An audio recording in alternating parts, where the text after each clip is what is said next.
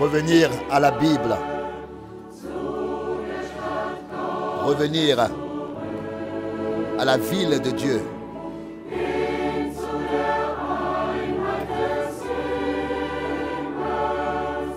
Au pays du ciel. Oh, quel bonheur céleste. Revenir, sortant de la confusion. Là où il n'y a que des roches. Revenir à la lumière du matin. C'est à cela que Jésus conduit l'Église. Revenir à la Bible.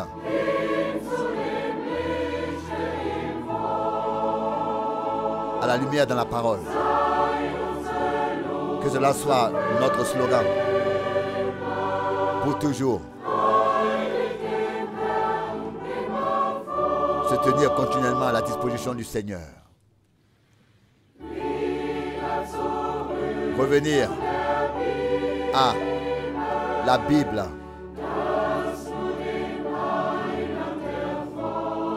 C'est ce qui réjouit le Sauveur. Jésus appelle les siens. Obéissez à sa voix aujourd'hui. Souvent nos pères ont aspiré, ont désiré, alors qu'ils habitaient à Babel, atteindre la Sion, où l'union habite et trône. Revenir à la Bible, à la lumière dans la parole. Que cela soit notre slogan pour toujours. Se tenir à la disposition du Seigneur continuellement. Revenir à la Bible où il n'y a plus de division. Fuir de Babel.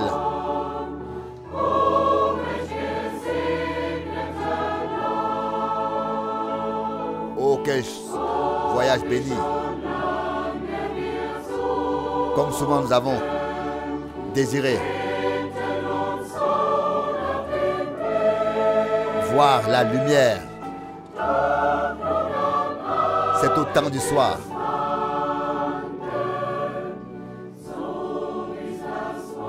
Qu'elle a apparu comme la parole l'a promis. Revenir à la Bible, à la lumière de la parole. Que cela soit notre slogan pour toujours.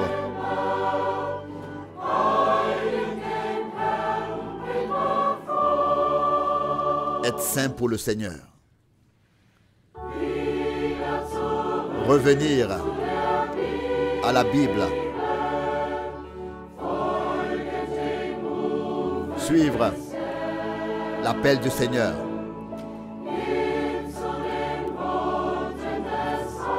Revenir à la parole du Sauveur.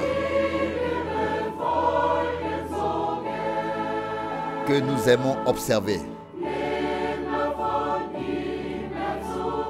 Ne plus jamais s'éloigner de lui. Lui qui nous a tant aimés et nous a accordé la nature divine déjà ici sur terre, la nature céleste. Oh, quelle gloire! Revenir à la Bible. Revenir à la lumière dans la parole.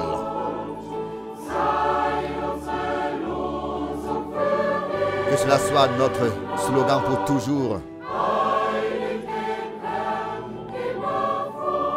À la disposition du Seigneur.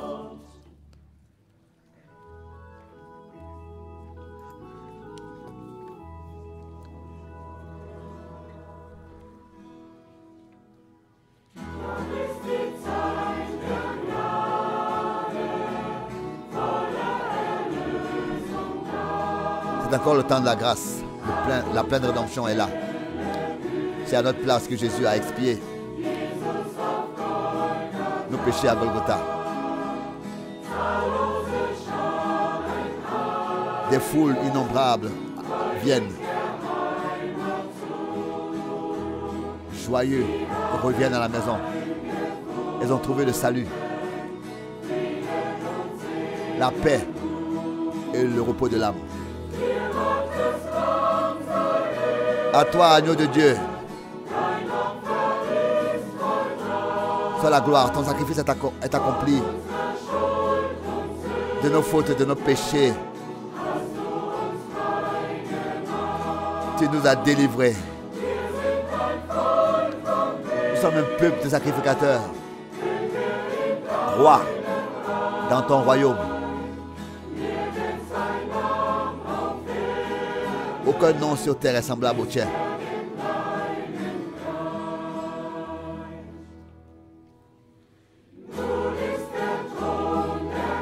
Le trône de la grâce est aspergé du sang du sacrifice. Et le pécheur pardonné. Dieu ne pense plus à ses péchés. Le bonheur du Sauveur nous est accordé. Le peuple de la Nouvelle Alliance est uni par son sang. Toi, agneau de Dieu, ton sacrifice est accompli. De nos fautes et de nos péchés, tu nous as délivrés. Nous sommes un peuple de sacrificateurs. Roi dans ton royaume.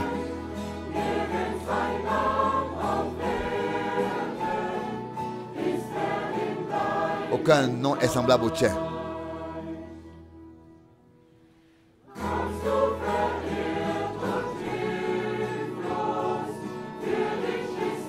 Viens toi égaré, pour toi le salut est là.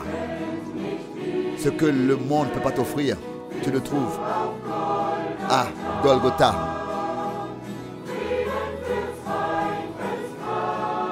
La paix pour les questions douteuses. La guérison pour toutes les douleurs. La force de porter la croix. La puissance pour porter la croix et l'amour pour tous les hommes. À toi, l'agneau de Dieu, soit la gloire, l'honneur.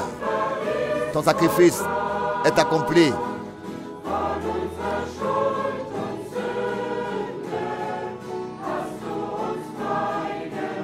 De nos fautes et de nos péchés, tu nous as délivrés. Nous sommes un peuple de sacrificateurs. Roi dans ton royaume. Aucun nom sur terre est semblable au tien.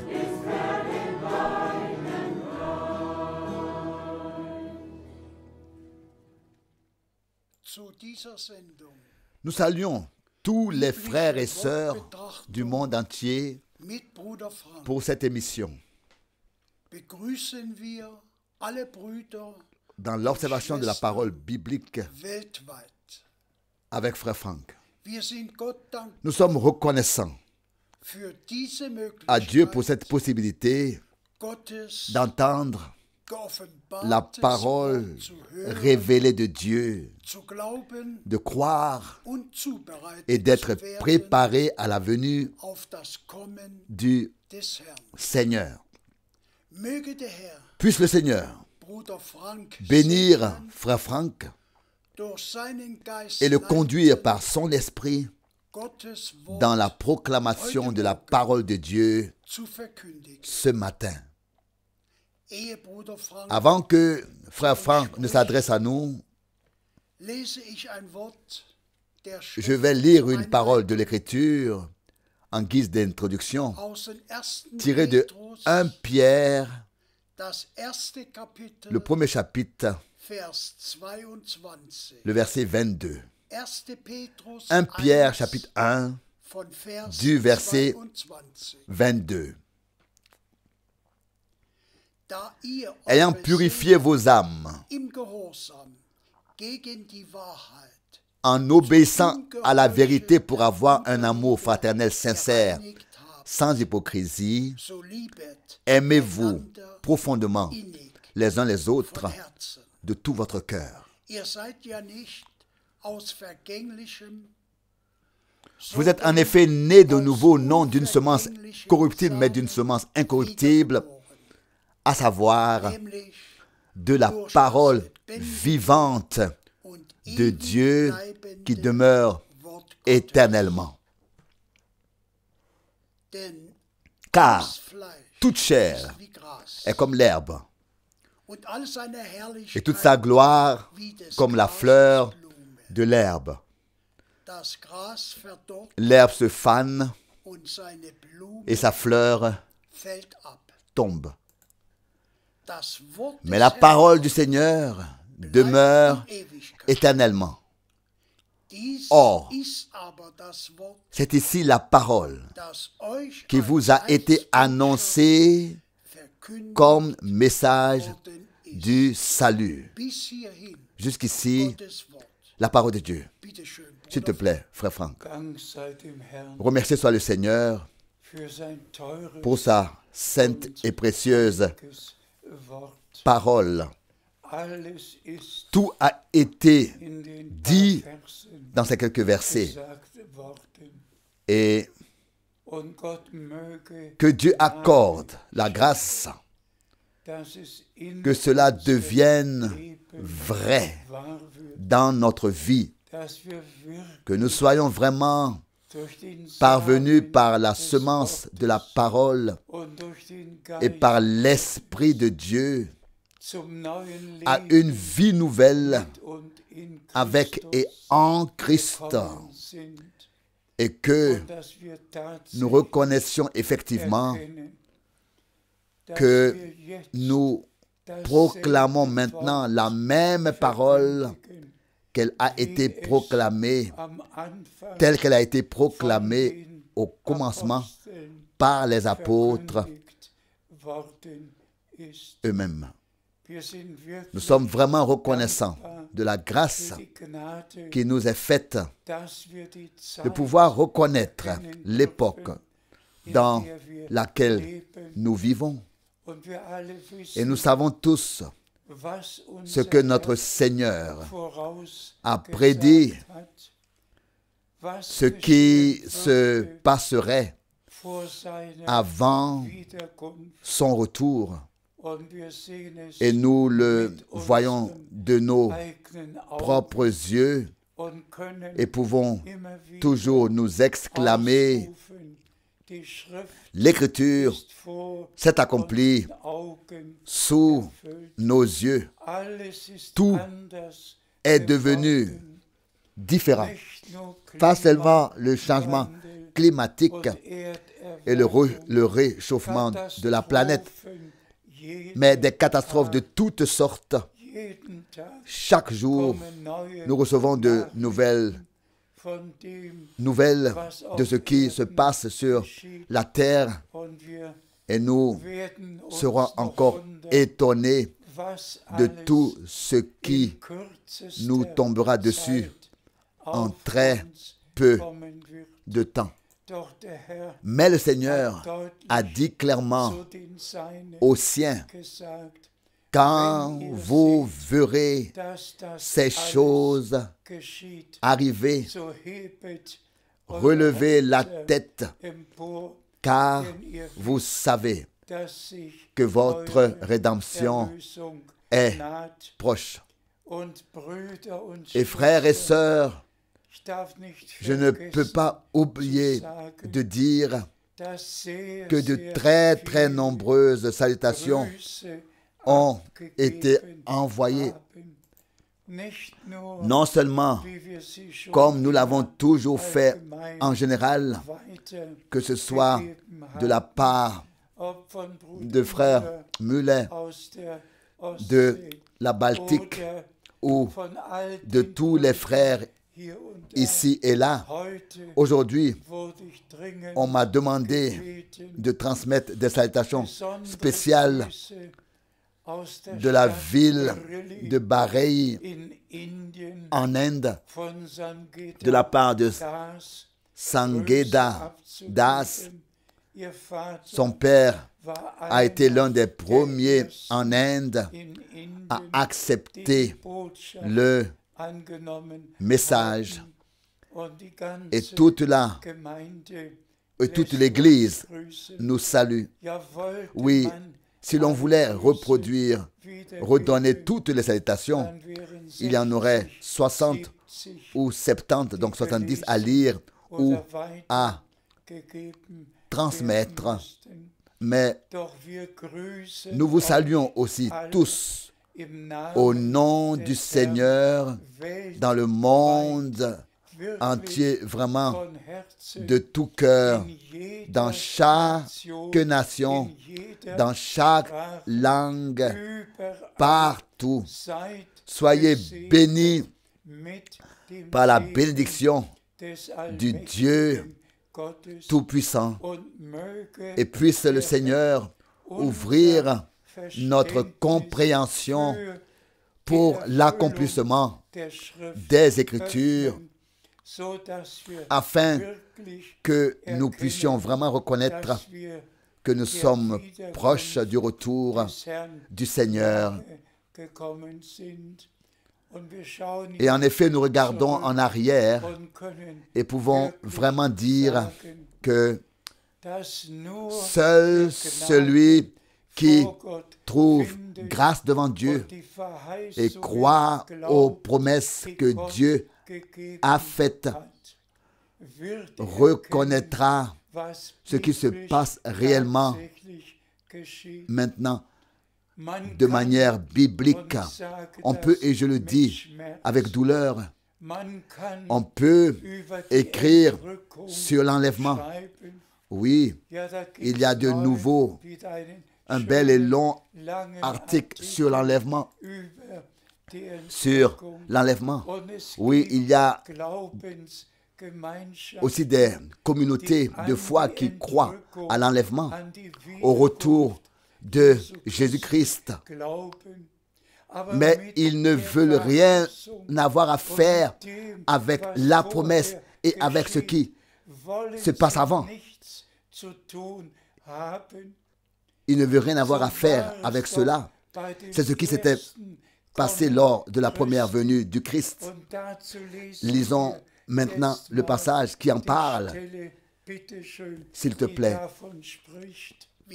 Nous lisons de Luc, chapitre 19, versets 41 et 42. Luc 19, versets 41 et verset 42. Comme il approchait de la ville, Jésus, en la voyant, pleura sur elle et dit: si seulement tu pouvais toi aussi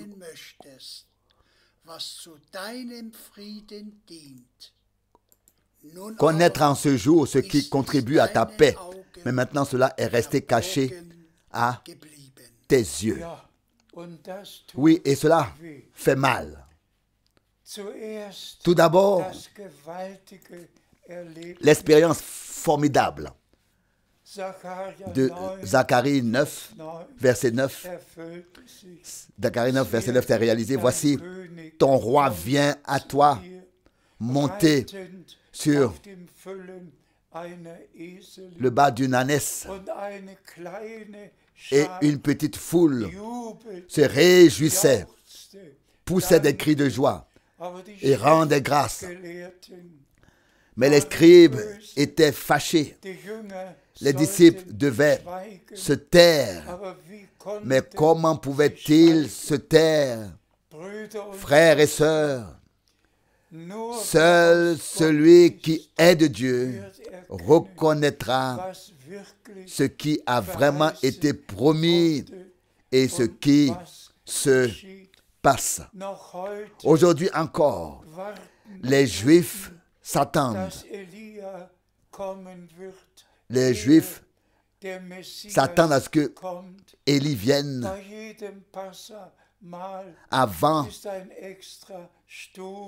la venue du Messie, à chaque repas de la Pâque, il y a une chaise supplémentaire, une coupe de vin supplémentaire. Que lorsqu'Élie viendra, et que s'est-il passé à l'époque de notre Seigneur? Jean-Baptiste s'était pourtant présenté dans l'esprit et avec la puissance d'Élie. Il était pourtant le prophète promis. Et notre Seigneur a ensuite répété et dit clairement la promesse dans Matthieu 17. Élie vient premièrement et rétablira toutes choses. Et frères et sœurs, c'est la promesse pour notre époque. La promesse pour l'époque d'autrefois était que l'Éternel, Dieu, avait veillé à ce que Malachie 3, verset 1, s'accomplisse et que les cœurs des pères fussent amenés aux enfants de la nouvelle alliance. Malachie, les 3 derniers versets. Mais en ce qui concerne les 3 derniers versets de Malachie, maintenant les cœurs des enfants de Dieu doivent être ramenés au commencement et à croire ce que nos pères apostoliques ont cru. Et c'est pourquoi, frères et sœurs, quand on voit devant soi le long article avec le titre « L'enlèvement » et qui y participera, et il n'y a pas un mot sur Malachie et la promesse que Dieu a faite dans cet article. Seulement des pensées personnelles sont apportées sur du papier. À qui cela peut-il servir? Et c'est pourquoi nous disons à chaque fois, dans chaque prédication, de même que lors de la première venue de Christ, le Seigneur a envoyé son messager pour préparer le chemin pour lui. Le Seigneur, de même, le Seigneur Dieu a donné la directive à notre bien-aimé frère Branham. De même que Jean-Baptiste a été envoyé comme précurseur de la première venue de Christ. Donc avant la première venue de Christ, de même tu seras envoyé avec un message qui précédera la seconde venue de Christ. C'est pourtant ainsi parle le Seigneur lui-même dans sa parole. En vérité, Élie vient et remettra toutes choses en place, rétablira toutes choses. Et par le ministère de frère Branham, tout enseignement, toute révélation, toute la parole a été à nouveau révélée et placée sur le chandelier en lumière, sur la divinité, sur le péché originel dans le jardin d'Éden, sur le vrai baptême biblique par une seule immersion au nom du Seigneur Jésus-Christ. À quoi sert-il à un cher frère qui rejette le baptême biblique, qui défend la doctrine de la Trinité, qui croit de manière tout à fait non biblique? À quoi sert-il à ce cher frère d'écrire sur l'enlèvement? À quoi cela lui sert? C'est pourquoi, une fois de plus, la parole est accordée. Le Seigneur a pleuré, est donné la parole. Le Seigneur a pleuré, pleuré amèrement sur Jérusalem. Seule la petite troupe qui avait reçu et accepté le ministère de Jean-Baptiste et qui avait été préparée pour le Seigneur comme un peuple bien préparé, il lui arriva d'exulter et de pousser des cris de joie. Mais qu'en était-il de tous les scribes, de tous ceux qui attendaient la venue du Messie, qui attendaient la venue d'Élie? Le Seigneur devait, du haut du mont des Oliviers, regarder sur Jérusalem et pleurer et dire: ô Jérusalem, Jérusalem, si en ce temps-là, c'était le temps, en ce temps-là qui est ton temps, c'était le temps qu'ils avaient attendu, n'est-ce pas? Si en ce temps-là, qui est le tien, tu avais connu ce qui sert, ce qui contribue à ta paix, Mais maintenant, cela est resté caché à tes yeux. Cela fait simplement si mal que tous passent à côté de ce que Dieu fait actuellement, parce qu'ils ne croient pas la promesse que Dieu enverrait un prophète à la fin du jour du salut, à la fin du temps de grâce, avant que le terrible jour du Seigneur ne se lève pour ramener nos cœurs, pas nos têtes, mais nos cœurs à Dieu, à la parole, aux enseignements bibliques, absolument bibliques. Et permettez-moi de le souligner à chaque fois. L'Église du Dieu vivant est le fondement et la colonne, est l'appui et la colonne de la vérité. Il n'y a pas un seul mensonge dans la véritable Église du Dieu vivant. Dans l'Église de Jésus-Christ, il n'y a que le véritable enseignement de Jésus-Christ. Et laissez-moi encore mentionner ceci.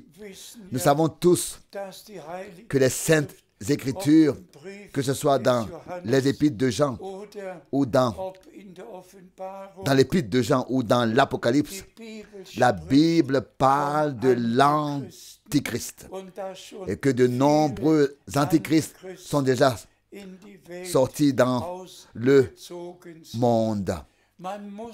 Il faut simplement savoir que le mot anti signifie contre. Tout simplement contre. Donc, toute doctrine, tout enseignement qui est contre l'enseignement du Christ est antichrist. Nous pouvons nous appeler baptistes, méthodistes, luthériens, pentecôtistes. Nous pouvons nous appeler comme nous voulons. tout enseignement qui va à l'encontre de l'enseignement du Christ, qui est l'enseignement des apôtres, est tout simplement anti-chrétien, est simplement contre. Et c'est pourquoi Dieu a veillé à notre époque à ce que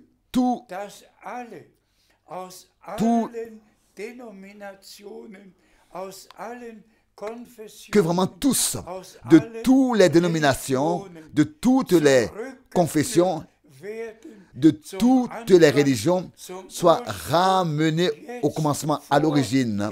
Maintenant, avant le retour de Jésus-Christ, tout doit être ramené à l'état dans lequel l'Église se trouvait au commencement. L'état dans lequel l'Église se trouvait au commencement. Et ce n'est qu'ainsi que le Seigneur Dieu pourra achever son œuvre par une puissante action de l'Esprit. Aujourd'hui, nous allons également parler de l'amour de Dieu, de l'amour à la vérité. Oui, c'est vraiment important. Qu'aimons-nous? Notre propre enseignement, notre propre Église, notre propre confession de foi. Qu'aimons-nous en fait? Qu'aimons-nous? Nous devons aimer le Seigneur Dieu de tout notre cœur, de toute notre âme, de toute notre force et de toute notre pensée. Nous devons simplement être en accord total avec Dieu et la parole de Dieu en toutes choses. Nous devons être apportés en accord avec la parole de Dieu. Et le Saint-Esprit qui a inspiré la parole, c'est lui qui nous conduit dans toute la vérité de la parole. Et aucun mensonge. C'est ainsi que l'apôtre Jean l'écrit. Aucun mensonge n'a son origine dans la vérité. La vérité était, est et restera vraie dans toute l'éternité. Lisons encore quelques passages bibliques. Nous lisons dans 1 Jean, le premier chapitre, le verset 5 jusqu'au verset 7. 1 Jean, chapitre 1, verset 5 jusqu'à 7. Et voici le message que nous avons entendu de sa part et que nous vous annonçons. Dieu est lumière et il n'y a pas de ténèbres en lui. Arrêtons-nous ici un instant. Et voici le message que nous avons reçu de lui, du Seigneur. De qui as-tu reçu, toi prédicateur, toi évangéliste, et toi, qui que tu sois, de qui as-tu reçu le message? Dans quelle école biblique es-tu allé? Que Dieu accorde à tous les frères serviteurs de la terre entière la grâce de n'annoncer que le message, le même message que nos frères ont reçu de Dieu au commencement et nous l'ont transmis. Que nous n'annonçons que ce que Dieu a à nous dire lui-même dans sa parole. S'il te plaît. Nous lisons de 1 Jean chapitre 1 verset 6. Si nous prétendons être en communion avec lui et que nous marchions dans les ténèbres, nous mentons et nous ne nous en tenons pas à la vérité. Ici aussi, nous pouvons nous arrêter un instant. On peut affirmer, j'ai la vérité, je marche dans la vérité, Je suis en contact avec le Seigneur, je suis lié au Seigneur. Mais s'il est vrai que les personnes concernées sont encore dans les ténèbres, alors que se passe-t-il? Celui qui est dans la vérité est libéré de toute erreur. Il ne peut plus interpréter. Il ne fera pas de mélange non plus, non. Il proclamera seulement la vérité divine de la parole de Dieu. S'il te plaît. Nous lisons de 1 Jean, chapitre 1, verset 7. Mais si nous marchons dans la lumière comme il est dans la lumière, nous sommes en communion les uns avec les autres et le sang de son Fils Jésus nous purifie de tout péché. Rendons grâce au Seigneur. Nous croyons de tout notre cœur. Celui qui marche dans la lumière marche en accord avec la parole de Dieu, en conformité avec la parole de Dieu. Il marche avec Dieu, il a le bon plaisir de Dieu. Frères et sœurs, le temps est simplement venu où nous devons expérimenter personnellement chaque parole de Dieu, vivre chaque parole de Dieu. Même l'Écriture dit que celui qui entend la vérité est libéré de toute erreur et que l'Église de Jésus-Christ a vraiment été lavé dans le sang de l'agneau, purifié de tout péché, réconcilié avec Dieu. Et en second lieu, sanctifié par la parole de vérité, car sans sanctification, personne ne verra le Seigneur. Et en troisième chose, ensuite rempli de l'Esprit Saint qui nous conduit dans toute la vérité. Tous ces réalités, ces faits bibliques doivent être révélés et devenir visibles en nous et par nous. Et je crois que Dieu est en train de faire tout cela en nous. Maintenant, nous qui croyons réellement en ses promesses, qui avons pris conscience de ce qui se passe en ce moment. Et disons-le encore une fois ici, que Jésus, notre Seigneur, n'aurait plus à pleurer sur nous, mais que nous avons reçu une réelle part de ce qu'il fait actuellement, de ce qu'il fait dans le présent. S'il te plaît. Nous lisons dans 1 Jean, chapitre 2, verset 4. 1 Jean, chapitre 2, verset 4. Celui qui prétend, je l'ai connu, et qui ne garde pas ses commandements est un menteur, et la vérité n'habite pas en lui. Cela aussi est très simplement important. Celui qui se réclame de Dieu et de ses commandements, etc. Qu'est-ce que cela signifie? Seulement une prétention. À moins que nous ne fassions vraiment l'expérience personnelle de ce que Dieu a promis. Et les commandements ne sont pas si difficiles que ça. Mais nous verrons au verset suivant que les commandements sont associés à la parole. S'il te plaît, nous lisons dans 1 Jean 2, maintenant le verset 5. Mais celui qui garde sa parole, l'amour de Dieu est véritablement parvenu à sa perfection en lui. À ceci, nous reconnaissons que nous sommes en lui. Amen. Quelle parole merveilleuse. Pas seulement des commandements, mais de la parole que nous croyons.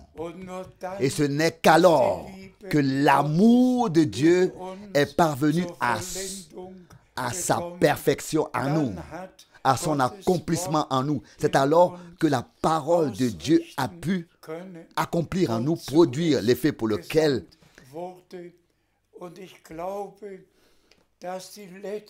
elle a été envoyée, a pu accomplir en nous ce pourquoi elle a été envoyée. Et je crois que le dernier message que nous avons reçu de Dieu, le dernier message de la parole, fait que tous ceux qui croient maintenant ce que Dieu a promis, y prennent part et vivent leur préparation personnelle maintenant pour le retour de Jésus-Christ et sont effectivement unis les uns, donc unis dans l'amour avec Dieu et dans l'amour les uns avec les autres. Nous poursuivons notre lecture. Nous lisons le verset 6 de 1 Jean 2. 1 Jean 2, verset 6 maintenant. Si quelqu'un prétend demeurer en lui, il est aussi tenu de marcher lui-même de la même manière qu'il a marché. Louange et remerciement à notre Seigneur. Celui qui affirme, oui, beaucoup peuvent affirmer, prétendre, mais cela ne suffit pas. Celui qui peut vraiment dire au nom de Jésus-Christ, je suis le Seigneur, je crois le Seigneur, je crois aux promesses. Il est celui qui le dit, qui l'affirme, il est obligé de marcher comme notre Seigneur a marché lui-même. Et je crois que cela nous arrive maintenant à tous par grâce. S'il te plaît. Nous lisons dans 1 Jean chapitre 2. Maintenant le verset 9. Celui donc qui prétend être dans la lumière et qui pourtant est son frère se trouve encore dans les ténèbres. Cette parole aussi, chers frères et sœurs, ici, chaque parole nous frappe vraiment comme un marteau. Si nous prétendons aimer notre frère, ou quoi que ce soit que nous prétendons, cela ne sert à rien. Il faut qu'il en soit ainsi. Il faut que la sainte parole de Dieu trouve son accomplissement à travers nous, comme elle a trouvé son accomplissement à travers notre Rédempteur lui-même. Elle doit aussi en nous trouver son accomplissement à travers les rachetés. Et nous sommes en effet des enfants de la promesse. Et c'est pourquoi nous croyons chaque promesse que Dieu nous a faite. S'il te plaît. Nous lisons dans 1 Jean, le chapitre 2, le verset 10. Celui qui aime son frère est continuellement dans la lumière. Et il n'y a pas en lui d'offense, d'occasion de trébucher. Amen. Il n'est pas nécessaire d'en dire plus.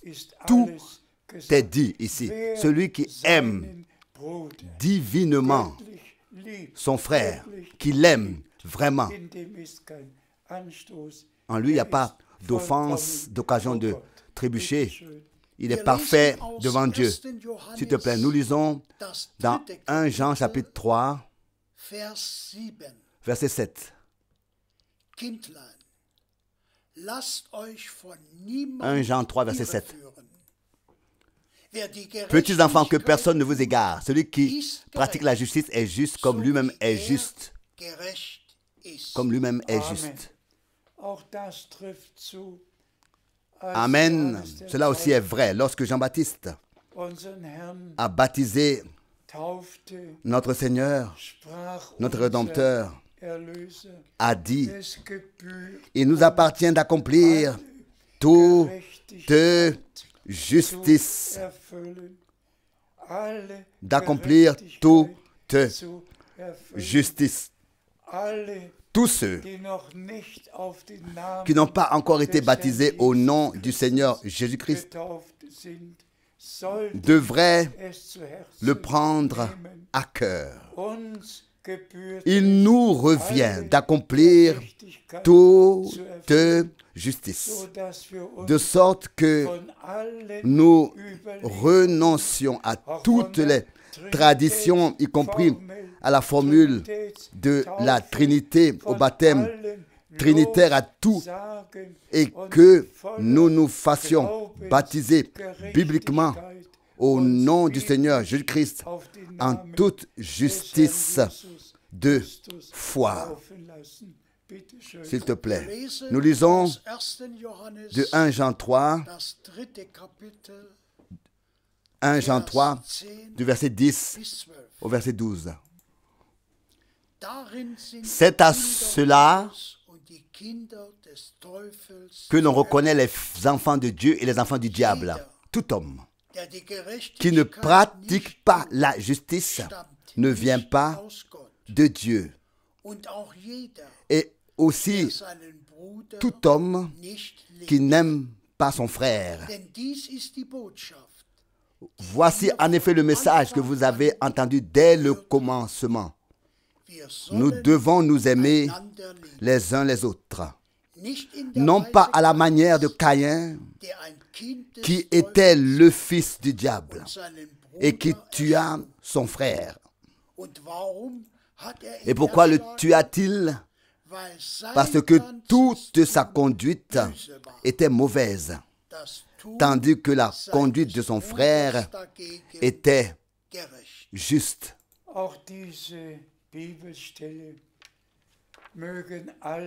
Que chacun relise ce passage de la Bible et examine sa situation personnelle. Ne pas se contenter à la manière de Caïn de dire « je t'aime », puis de brandir ensuite l'épée. Non, je vous en prie. Le véritable amour divin doit se manifester dans tous les vrais fils et filles de Dieu, comme il s'est manifesté dans le Fils de Dieu. Frères et sœurs, le temps de la restauration totale est arrivé et nous voulons vraiment être là quand le Seigneur ramènera les siens à la maison. D'où cette annonce sérieuse de la parole de Dieu, s'il te plaît, encore une fois. Maintenant, 1 Jean 3, le verset 14 et 15. Nous savons que nous sommes passés de la mort à la vie, parce que nous aimons les frères. Celui qui n'aime pas demeure dans la mort. Ce verset nous interpelle également tous, nous le savons. C'est ainsi que le disciple préféré de Jésus a pu dire, nous savons, nous savons.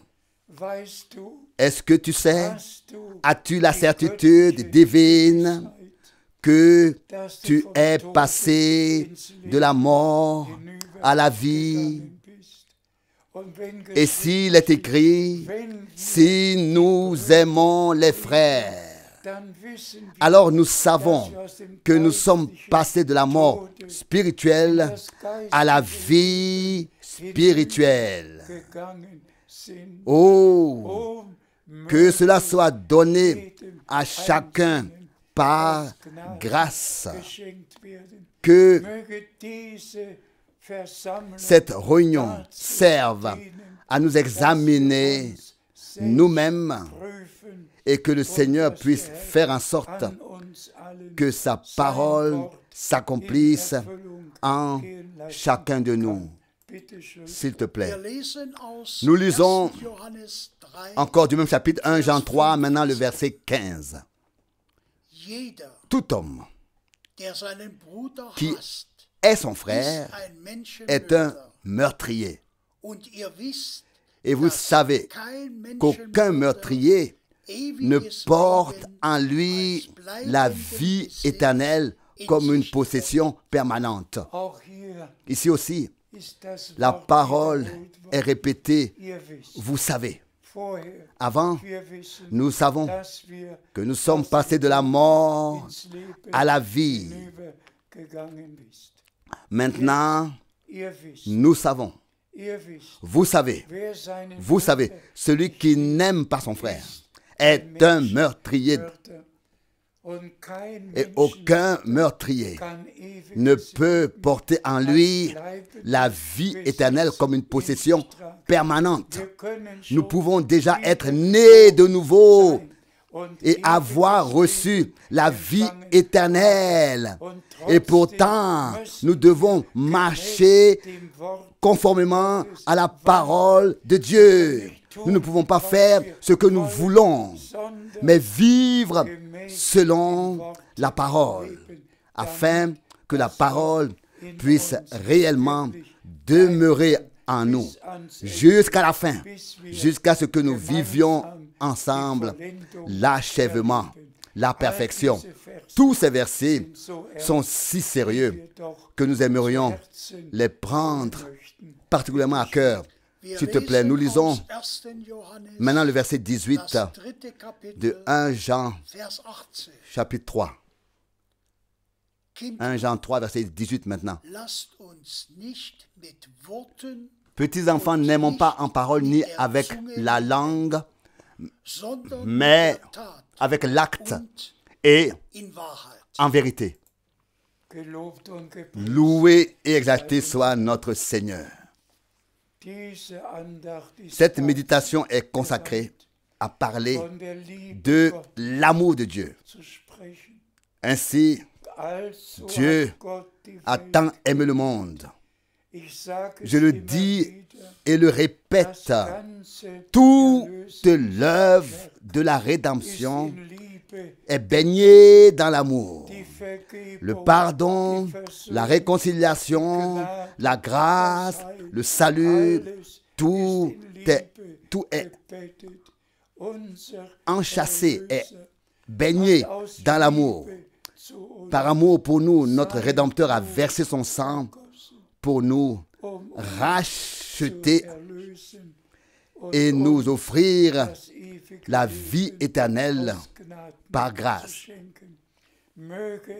Puisse le Seigneur nous conduire, nous guider de telle sorte que nous puissions tous rentrer en nous-mêmes, nous examiner et dire simplement, Seigneur, bien-aimé, aujourd'hui, tu m'as parlé par ta parole. Fais en sorte qu'il en soit ainsi, comme tu l'as prévu pour moi. Nous poursuivons rapidement notre lecture. Nous lisons de 1 Jean, chapitre 2, le verset 28. 1 Jean, chapitre 2, verset 28. Et justement maintenant, petits enfants, demeurez en lui, afin que lorsqu'il se manifestera, nous puissions avoir une joyeuse assurance et que lors de son retour, nous n'ayons pas à reculer devant lui dans la honte. Nous devons également prendre à cœur cet avertissement afin de ne pas avoir à reculer honteusement lors de son retour. Que nous ne soyons pas de ceux qui resteront.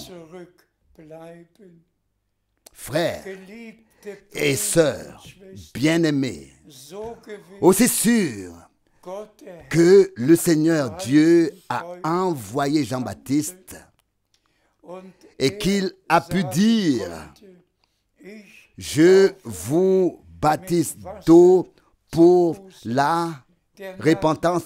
Celui qui vient après moi vous baptisera d'Esprit Saint et de feu. C'est avec cette certitude que Dieu a envoyé Frère Branham à notre époque. Et lui aussi n'a baptisé qu'avec de l'eau, ou bien alors que dans l'eau. Et lors du premier baptême d'eau, lorsqu'il a baptisé la 17e personne dans la rivière Ohio, en juin 1933,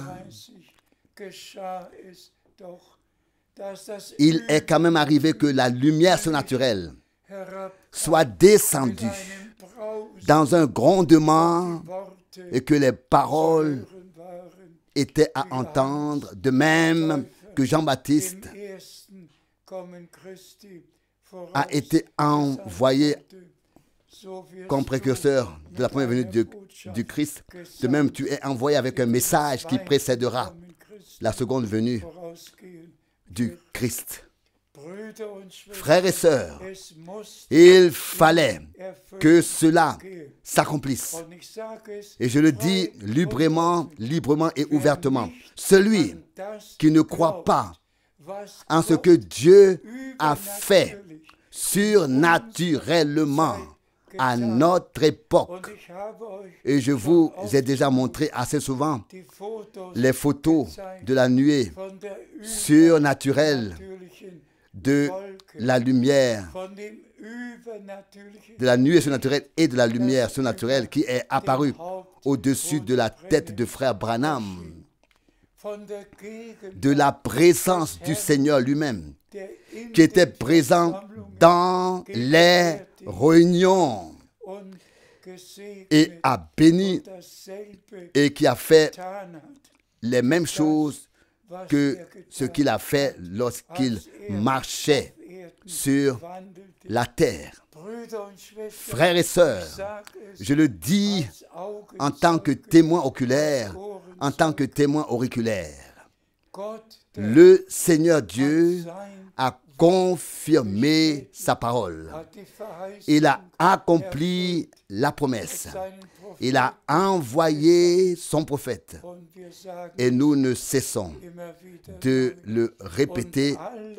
Et il a tout restitué, tout remis en place, tout rétabli.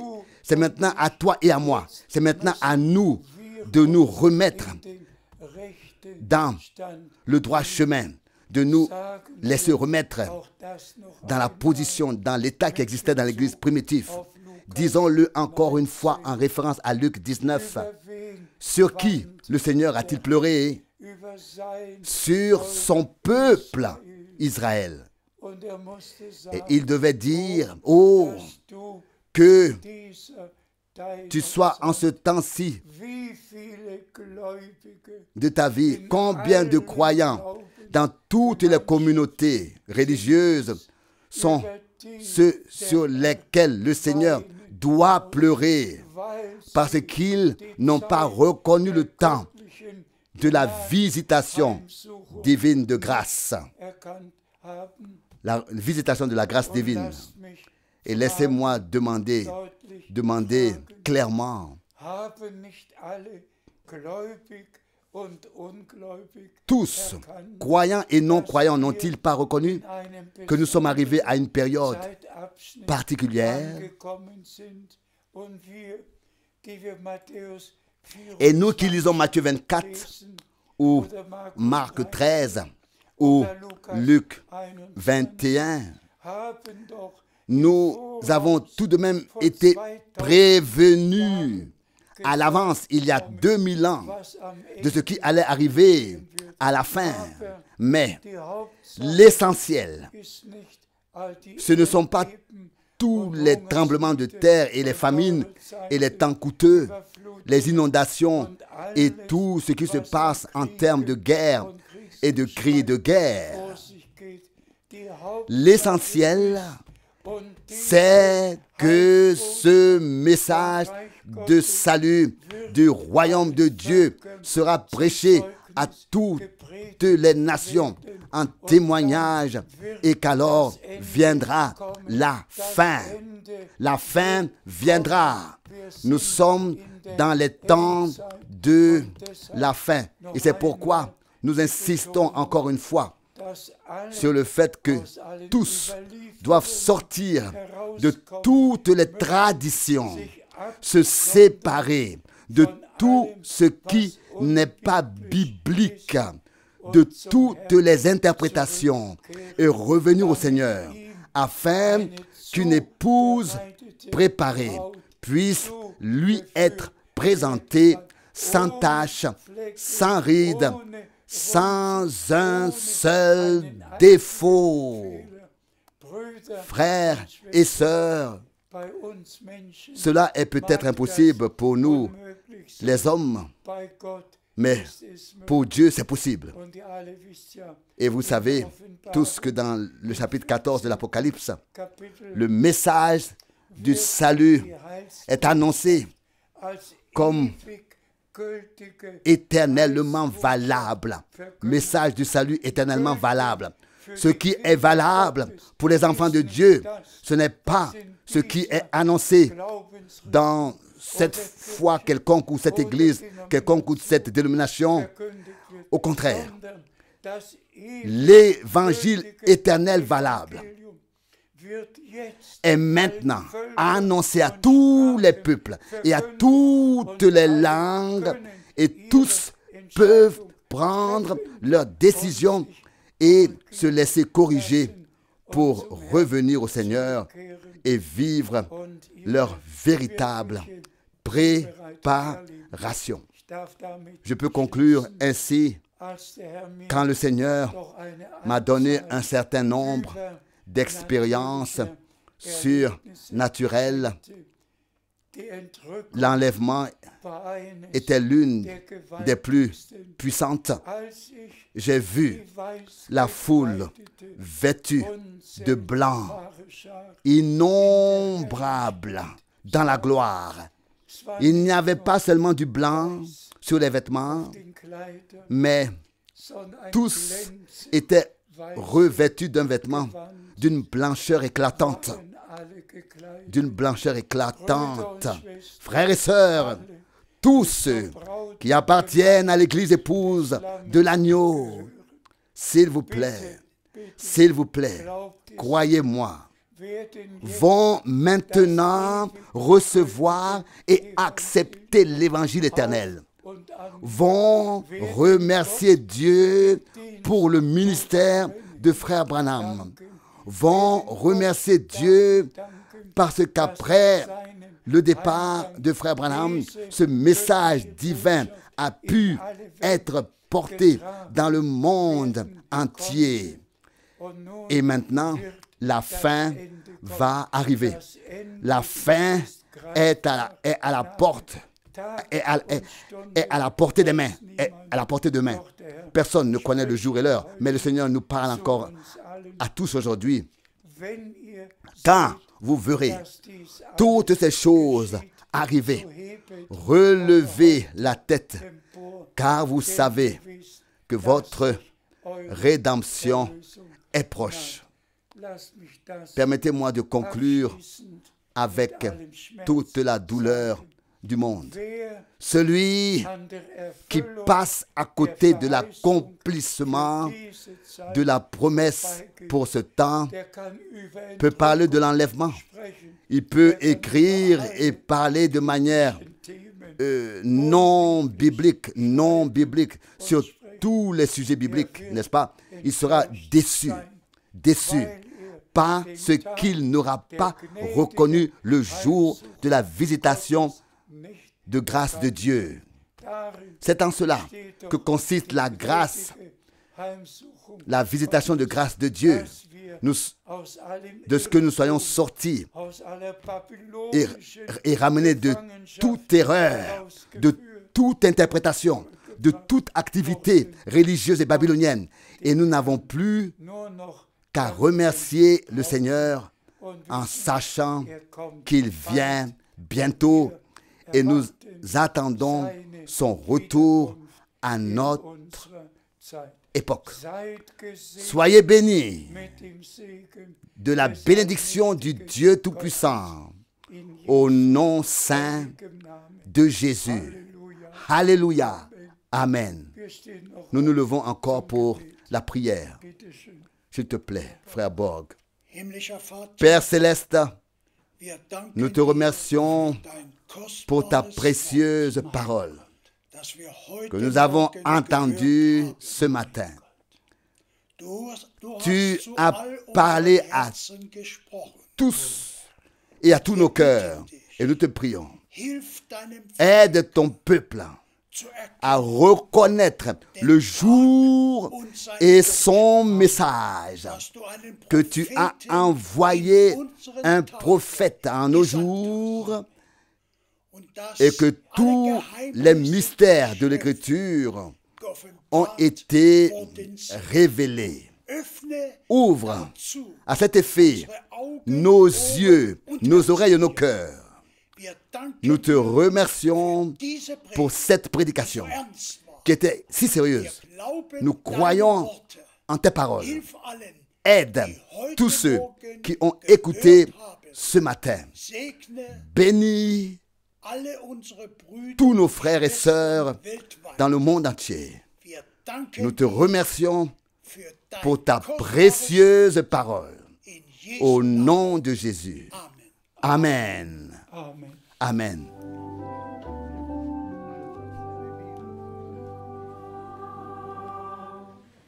Je suis sauvé. Parole de vie et de puissance. Entièrement sauvé. Le sang de Jésus l'a opéré. Plus rien ne reste à faire pour la rédemption que de croire, de recevoir et de remercier Dieu et d'entrer dans son repos. Je suis racheté et sauvé par le Seigneur lui-même. Totalement sauvé et racheté.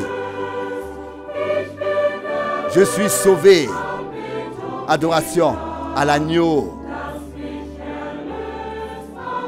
qui m'a sauvé sur la croix. Je suis sauvé car il a ôté mes fautes. L'agneau de Dieu l'a accompli. Miséricorde éternelle. Il a jeté tout dans la mer de l'oubli. Dieu m'appelle son fils. Qu'est-ce que je veux de plus? Je suis sauvé par le Seigneur. Entièrement sauvé, totalement racheté.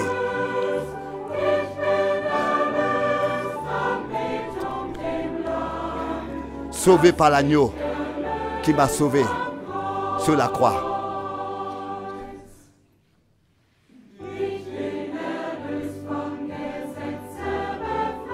Je suis sauvé, libéré de la loi, crucifié avec lui et sanctifié entièrement à Dieu, consacré à lui. Tout, ma vie et tout lui appartient. Et alléluia, sa vie est mienne. Je suis sauvé, racheté par le Seigneur. Totalement racheté, totalement sauvé. Je suis sauvé. Adoration à l'agneau qui m'a sauvé.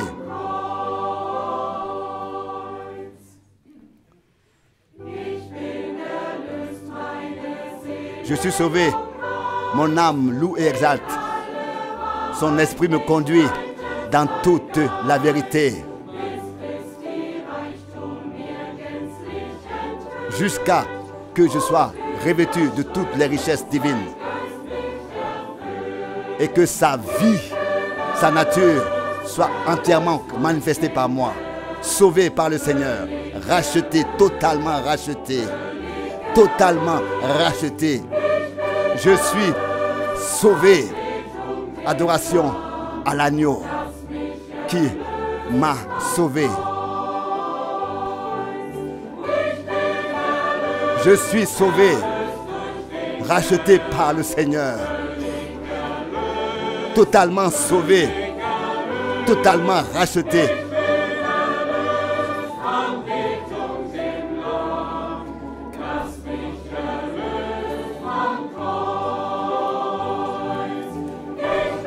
Je suis racheté par le Seigneur, totalement sauvé, totalement racheté. Adoration à l'agneau qui m'a sauvé.